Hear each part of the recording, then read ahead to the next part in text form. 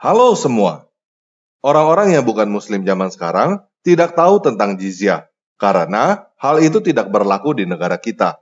Tetapi, kita tahu bahwa sekarang ini banyak gerakan khilafah yang ingin mendirikan negara Islam. Di dalam negara Islam yang mereka inginkan itu, tentu ada jizyah. Nah, karena jizyah itu adalah sesuatu di dalam ajaran Islam yang berhubungan dengan orang-orang bukan Islam, jadi teman-teman yang bukan beragama Islam berhak untuk tahu. Oleh karena itu, pada video ini kita akan membahas tentang jizyah. Oke, kita mulai aja ya.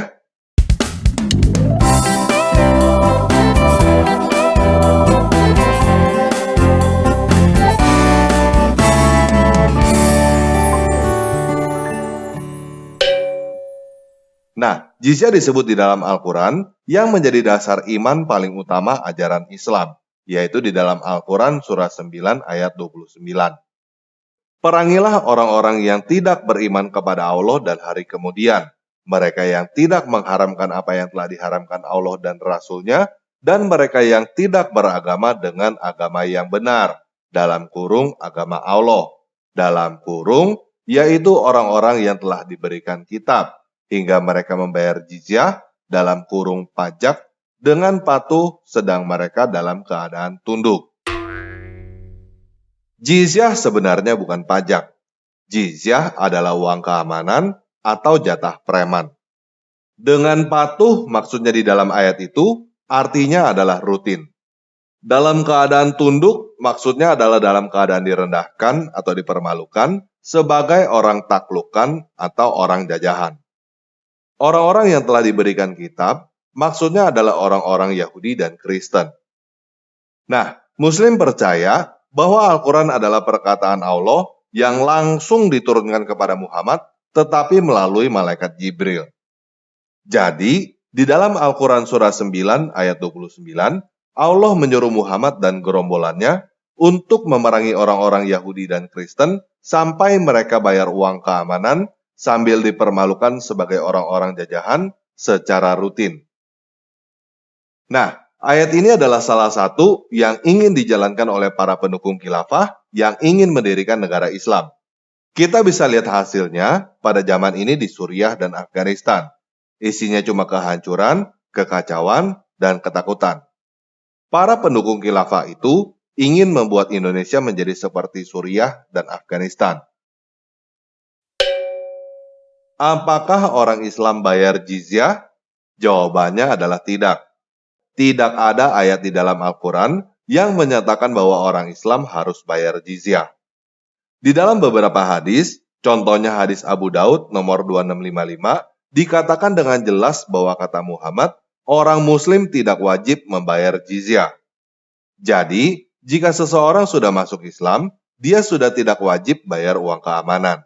Dan kenyataannya, hal inilah yang membuat orang-orang zaman dulu masuk Islam. Mereka masuk Islam bukan karena ajaran Islam benar, tetapi supaya tidak dipaksa bayar uang keamanan. Nah, Al-Quran surah 9 ayat 29 memerintahkan secara spesifik untuk memerangi orang Yahudi dan Kristen sampai mereka bayar jizyah. Bagaimana dengan orang-orang yang bukan Yahudi dan Kristen, tetapi juga bukan Islam? Sebenarnya, di dalam Al-Quran ada banyak perintah supaya Muhammad berperang melawan orang-orang yang tidak seagama sampai mereka masuk Islam. Tetapi, tidak ada pilihan bahwa mereka boleh tidak masuk Islam asalkan bayar jizyah. Contohnya di dalam Al-Quran surah 8 ayat 39. Dan perangilah mereka itu sampai tidak ada lagi fitnah, dan agama hanya bagi Allah semata. Jika mereka berhenti dalam kurung dari kekafiran, maka sesungguhnya Allah Maha melihat apa yang mereka kerjakan. Jadi, pada dasarnya, menurut Al-Quran, Muhammad disuruh berperang sampai semua orang mengakui bahwa dia adalah nabi. Pilihan untuk orang-orang yang tidak mau mengakui Muhammad sebagai nabi adalah hijrah atau pergi dari tempat yang mau diserang, atau perang sampai ada yang menyerah atau mati. Orang-orang yang kalah berperang dari gerombolan Muhammad, pilihannya cuma dua, yaitu masuk Islam atau dieksekusi mati. Tetapi, khusus untuk orang Yahudi dan Kristen, Mereka boleh tidak mengakui Muhammad sebagai nabi, boleh tidak hijrah, boleh tidak bunuh-bunuhan dengan gerombolan Muhammad, asalkan bayar uang keamanan. Tetapi itu adalah teori, perintah Allah yang tertulis di dalam Al-Quran.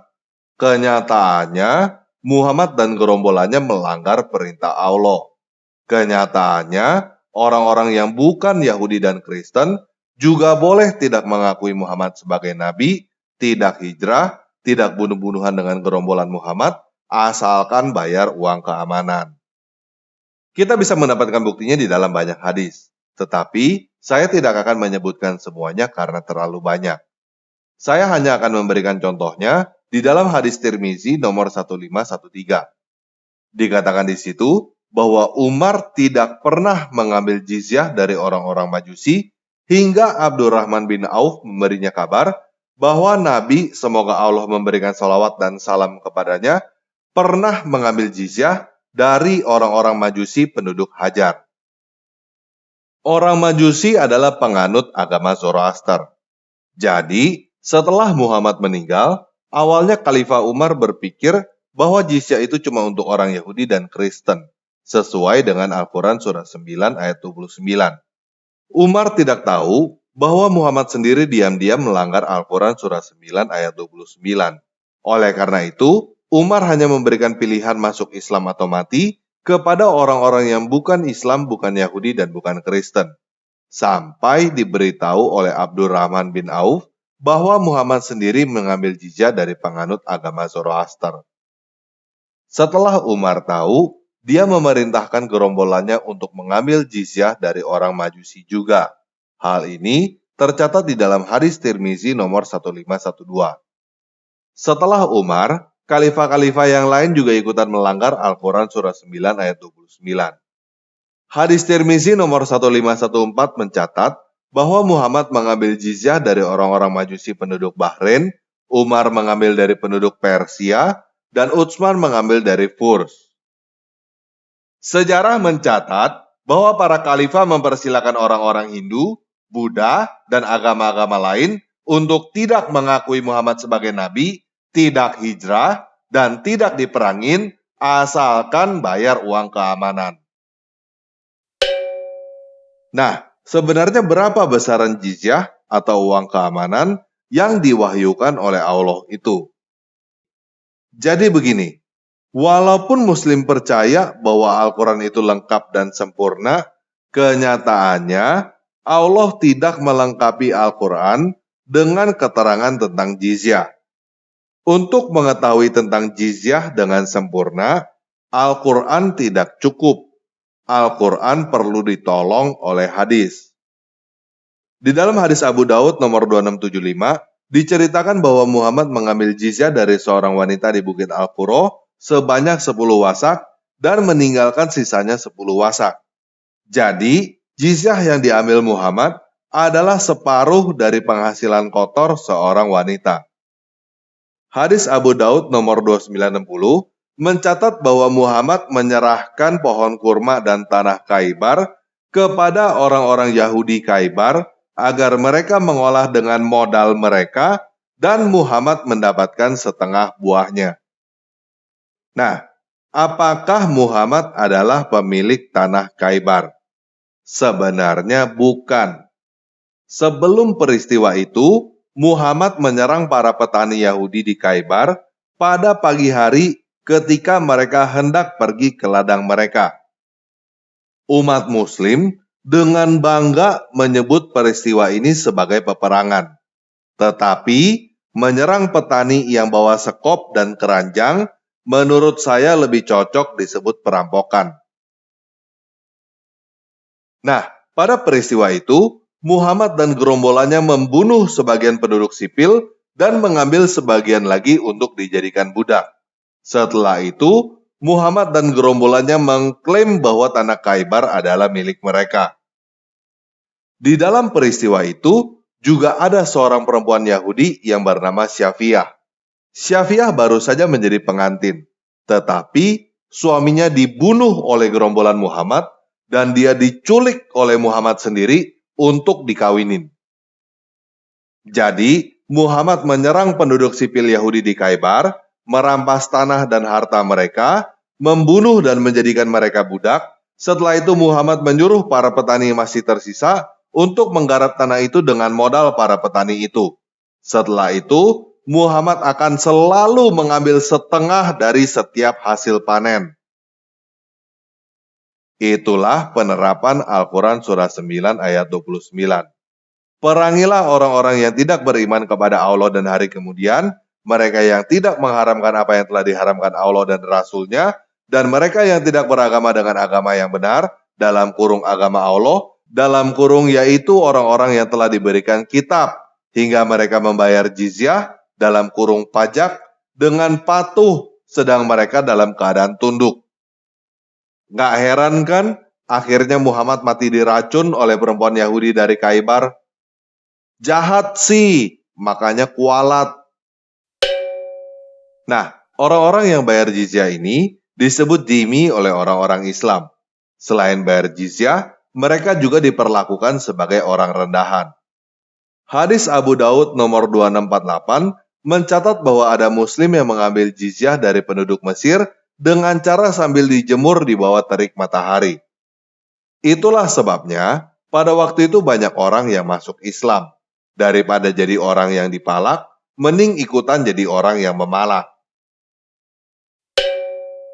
Nah, sepertinya setelah agak kapok kena racun yang membuat urat jantungnya dipotong pelan-pelan, Muhammad mengubah metodenya sebelum dia tewas karena racun itu.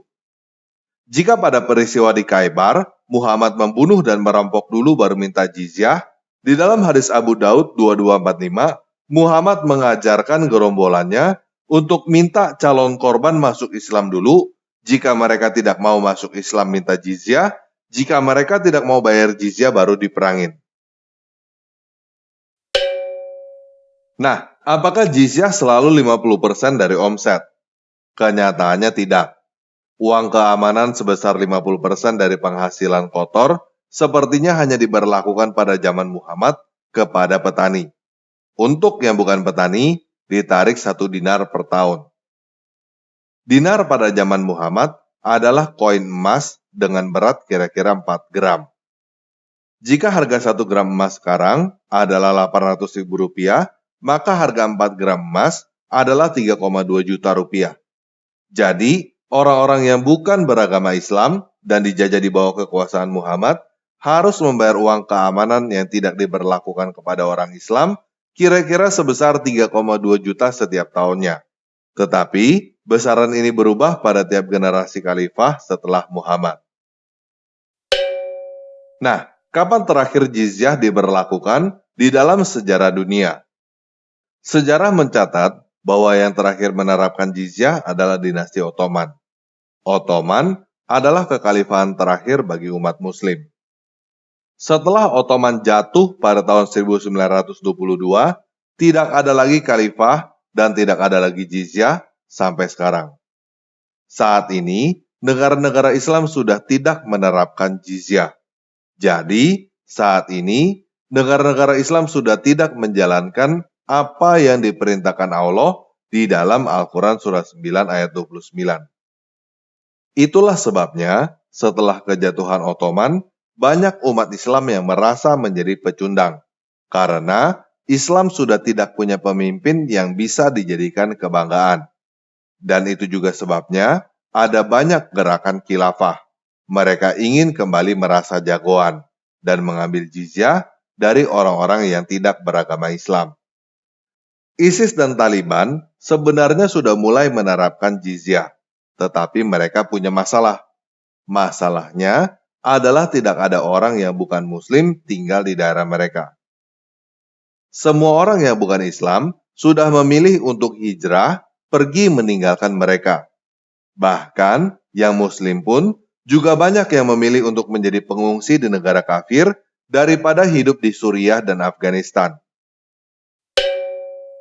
Nah, satu hal lagi yang menarik adalah Muhammad bernubuat bahwa Isa bin Maryam akan datang kembali sebagai hakim yang adil dan dia akan membebaskan jizyah. Nubuat ini banyak tercatat di dalam hadis. Jadi, nubuat Muhammad gagal lagi. Karena Kenyataannya, sekarang ini dunia sudah bebas dari jizyah dan yang membebaskannya bukan Isa bin Maryam. Nabi apa yang nubuatannya gagal melulu? Nabi yang nubuatannya gagal melulu adalah nabi palsu. Nah, buat teman-teman yang muslim, saya mau berkata bahwa mungkin zaman dulu, leluhurmu masuk Islam karena mereka mau menghindari jizyah dan perlakuan buruk dari orang-orang macam Muhammad. Tetapi sekarang ini, kamu bisa memilih untuk keluar dari Islam, karena jizyah sudah tidak ada, dan negara kita menjamin kesamaan hak setiap warga negara, terlepas apapun juga agamanya. Coba kamu pikir baik-baik. Semakin kamu pikirkan, kamu akan semakin tidak menemukan alasan untuk mengakui Muhammad adalah Nabi. Dan semakin kamu pikirkan, kamu akan semakin sadar bahwa kamu harus keluar dari Islam. Benar kan?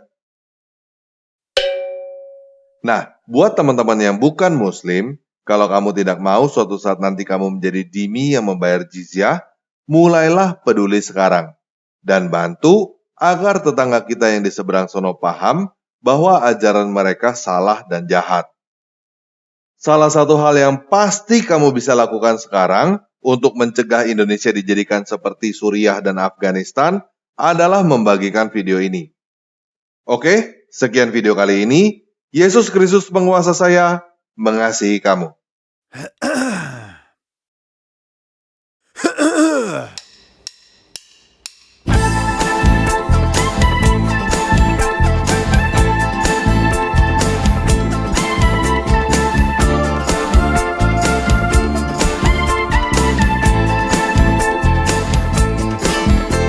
دورت كتير على شيء يسعدني، حاولت الاقي حاجة تشبعني، وفضلت تايه في الدنيا هايم، قلبي لسه عطشان. سمعت واحد بيناديني، قال تعال امسك بايدي، انا عارفك ده انا خلقك، انا حاسس بيك، وجيت عشانك يا حبيب، مت بدالك على الصليب، وهبتك حياة واديتك نجاة، كل ذنوبك مغفورة لك، وشفت ايده ممدودة ليا بلمسة شافية، فتح عينيا نور طريقي، غير حياتي، انا اللي كنت بعيد. ازاي ما كنتش شايف ربي وكنت عايش من غيره جنبي، ركعت قدامه ومسكت بايده، صرخت بأعلى صوت،